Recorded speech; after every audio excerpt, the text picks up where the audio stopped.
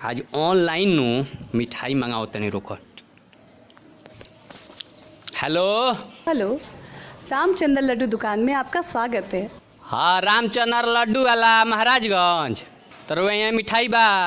लड्डू के लिए एक दबाएं, है लड्डू खातिर एक, रसगुल्ले के लिए 2 दबाएं, रसगुल्ला खातिर 2, पेड़ा के लिए 3 दबाएं, पेड़ा खातिर 3, समोसे के लिए 4 दबाएं, समोसा खातिर 4। तो ये तो खैले लड्डू मंगाओ कर लड्डू। बूंदी वाले लड्डू के लिए 1 दबाएं, बूंदी लड्डू खातिर 1, बेसन लड्डू के लिए 2 दबाएं, अरे महाराज ई राउर।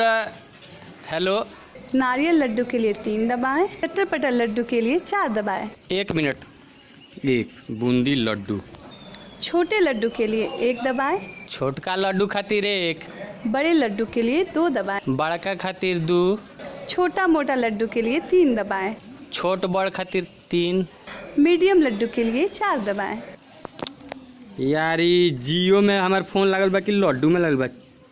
छोटा का खाए के बा, बड़का तो खैले ही मैंने। छोटा का 1 केजी लड्डू के लिए 1 दबाएं, 1 किलो खातिर 1, 2 केजी के लिए 2 दबाएं, 2 किलो खातिर 2, 5 केजी के लिए 3 दबाएं, 20 केजी के लिए 4 दबाएं। धन्यवाद। 20 किलो खातिर लो लो लो 4 तो दबा गई। 20 केजी लड्डू आपके बुक हो चुके हैं। अब तो फोन करी है, काटे दो।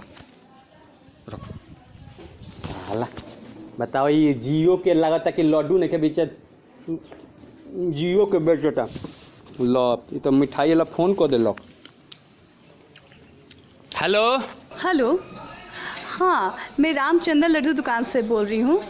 आपका 20 केजी लड्डू बुक हो चुका है। किस एड्रेस में भेजना है इसे? ना ना ना, हम ना फोन कैला नहीं। हाँ अरे आप ही फ़ोन किए थे अभी। ना जी, हमरा लड्डू ना चाहिए। देखिए, आप नहीं तो आपके घर से किसी ने फ़ोन किया होगा। आपके घर पे और भी कोई जेंट्स होंगे ना?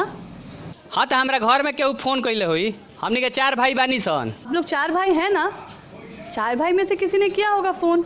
हाँ तो सुनी ना, बड़का भैया से बात करे खातिर 1 दबाई। क्या कह रहे? बड़े भाई के लिए 1 दबाएं, छोटका भैया खातिर 2 दबाई, छोटे भाई के लिए 2 दबाएं, आ मझिला भैया खातिर 3 दबाई, मंझले भाई के लिए 3 दबाएं।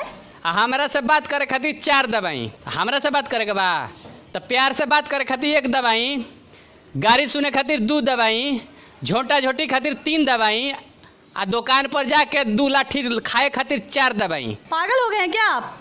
बकवास रखिए फ़ोन। रख दे लो साला, लड्डू ना बेचत लही। बताओ, मेहरारू के बैठा दिल बा कोना लड़की के, कहत आवे कि 1 दबाओ 2 लग जियो के लड्डू खोल ले बा।